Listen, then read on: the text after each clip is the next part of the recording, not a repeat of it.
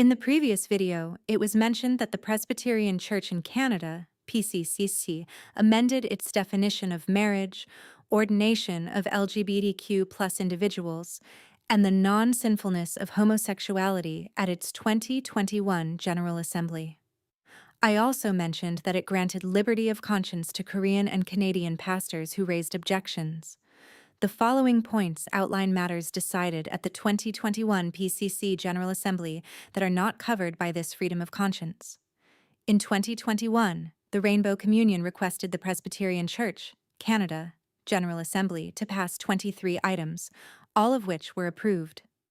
Among the 23 requests passed at that time, I am highlighting the content we should pay particular attention to. According to request RCL 11 passed at that time, churches affiliated with the PCC, church committees, seminaries, and school campuses must review their rules, procedures, practices, and language used within them, and implement inclusive language that includes LGBTQ plus individuals. To clarify, this request means churches should no longer distinguish between men and women in their language. For example, when addressing the congregation, phrases like brothers and sisters should be replaced with something like members of the congregation.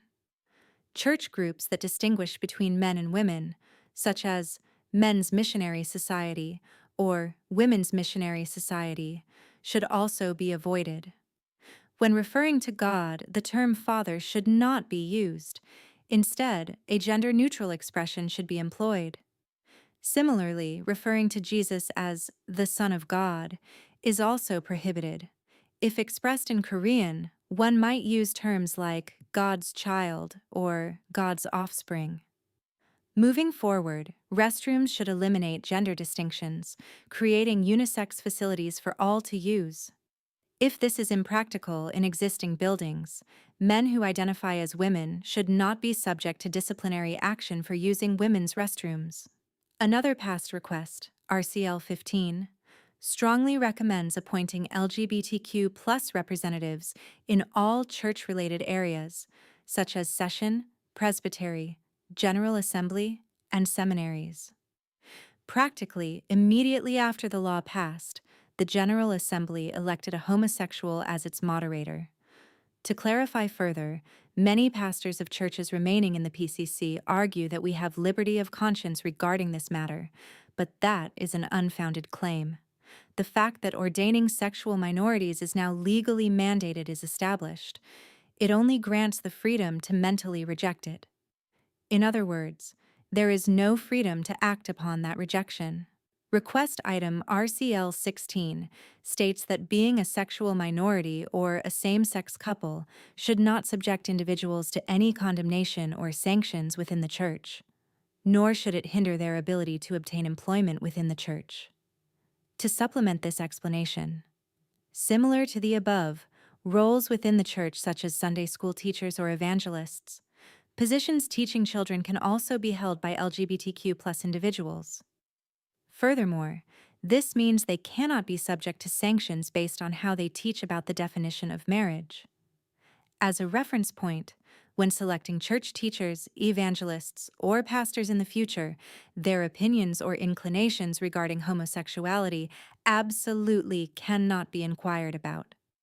Finally, the key request in RCL 18 encourages all congregations and other worshiping communities to become inclusive by providing opportunities for all people, including LGBTQ plus individuals, to offer their gifts in worship, church life, and ministry. To clarify further, this means that not only children's education but all church departments should include LGBTQ plus individuals, making the church a truly inclusive one. The content discussed so far is entirely unrelated to the liberty of conscience mentioned by the pastors remaining in the PCC and is non-negotiable. The only freedom of conscience granted to pastors is regarding their personal views on the definition of marriage and whether to attend the ordination of LGBTQ plus individuals. All other rules must be followed as written. Of course, Korean churches have not always followed all PCC rules over the past decades, leading some to question why they must be followed now. However, this PCC issue serves as a reminder of the immutability of Scripture. For reference, all of the above content is available on the PCC denomination's website.